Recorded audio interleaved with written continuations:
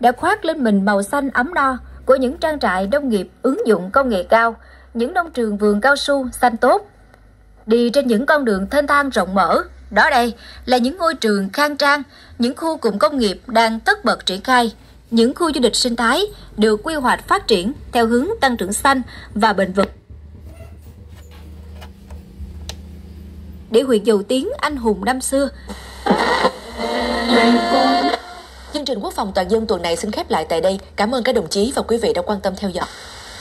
Đặc biệt là những người yêu vốn cổ của dân tộc, đó là sự ra mắt của Trung tâm Bảo tồn Nghệ thuật Biểu diễn Truyền thống Việt Nam. Và phải thắp lửa liên tục để cho nghệ thuật truyền thống Việt Nam được. Và để làm sao các cá nhân thì rất có thể khi người đó ngồi vào cái vị trí mới với cái yêu cầu mới đấy thì họ sẽ có thể đuối họ đủ cái năng lực để bảo đảm cái chất lượng công việc. Thì tôi muốn khẳng định lại là then chốt với việc là tái bố trí nhân sự là phải dựa vào cái năng lực thực sự, năng lực chuyên môn thực sự của mỗi cán bộ công chức viên chức, đặc biệt là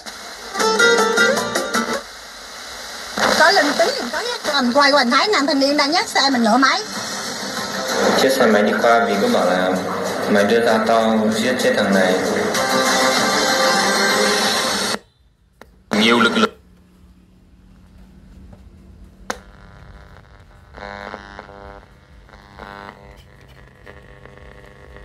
cái hành trình của chúng ta chưa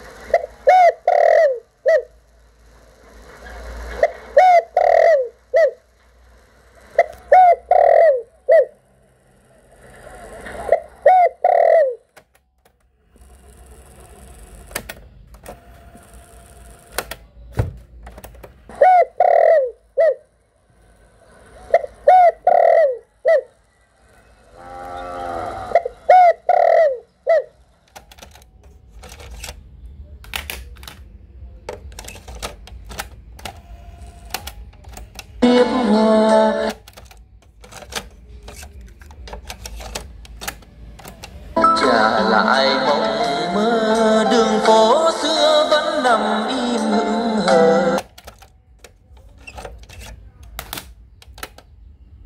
Merci. Merci beaucoup.